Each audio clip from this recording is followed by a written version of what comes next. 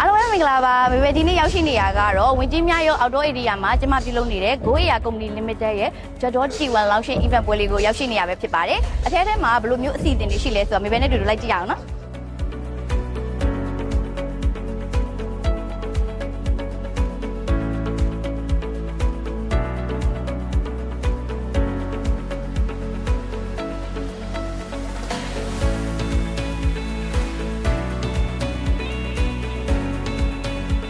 မြန်မာနိုင်ငံသို့ Jador Brand ကိုပထမဦးဆုံးယူဆောင်လာတဲ့ Go Air Motor International Company ကထုတ်လုပ်ပြချင်မဲ့ကားလေးတစ်စီးပဲဖြစ်ပါတယ်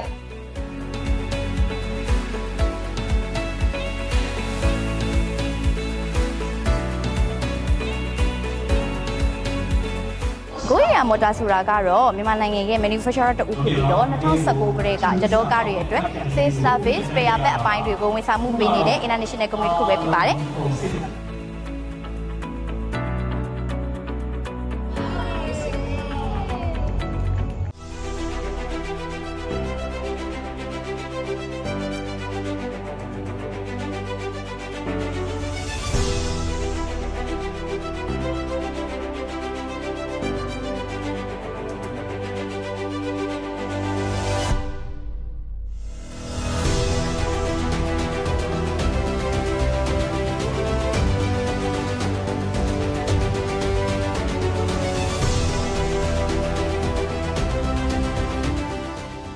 T1 Launching Event ပွဲလေးကိုဝေကြီးများရုံးထဲမှာတော်တော်လေးခန်းခန်းနားနားလုပ်ထားတာကိုတွေ့ရတယ်ပေါ့နော်။တက်ရောက်ကြတဲ့ဧည့်သည်တော်တွေလည်းတော်တော်များသလိုဒီကားလေးကိုစိတ်ဝင်စားလာရောက်ကြည့်ကြတဲ့ဧည့်သည်တွေလည်းတော်တော်လေးကိုများတွေ့ရပါတယ်။ဆော်ပြေးရေးအစီအစဉ်တွေဧည့်သည်တွေအတွက်အစားအသောက်ဘူဖေးလည်းလုပ်ပေးထားပါတယ်။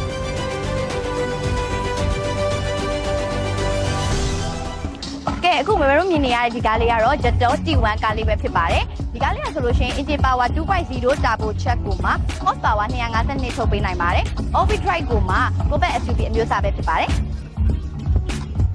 အတွင်းကတော့တော်တော်လေး leather ဖြစ်တယ်လို့ပြောလို့ရတယ်ပေါ့နော်ဒီထိုင်ကုန်နဲ့ steering နဲ့ဆိုလို့ရှိရင်သူက leather နဲ့လုပ်ပေးထားတယ်ပြီးတော့ 7 drive မှုလည်းပါသေးတယ် wireless charger လည်းပါတယ် speaker ဆိုလို့ရှိရင်လည်း Sony speaker 6လုံးအောင်ထည့်ပေးထားသေးတယ်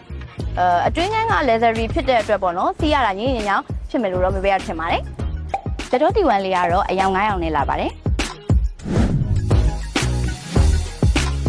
Jador T1 ဒီကားလေးရဆိုလို့ရှိရင်အယောင် leathery ဖြစ်ပြီးပေါ့နောက်ဆုံးပေါ် feature resistant တွေအများကြီးပါဝင်တာကိုလည်းတွေ့ရပါတယ်ဝဲလာတဲ့ဧည့်သည်ဆိုလို့ရှိရင်ဒီ Jador T1 ဒီကားမယောင်လေးပေါ်မှာအမတ်တရလက်မလေးရေးထိုးထားတာလေးတွေ့ရပါတယ်City Driver တွေရော Daily Use ကိုအဆင်ပြေစေမဲ့ Off-road ဆိုင်တဲ့ SUV ကားလေးတစ်စီးပဲဖြစ်ပါတယ်တကယ်ကိုစိန်ကြကြနဲ့စီးကျင်တဲ့သူတွေတက်တော်တော်လေးကိုအဆင်ပြေတဲ့ကားလေးတစ်စီးပဲဖြစ်ပါတယ်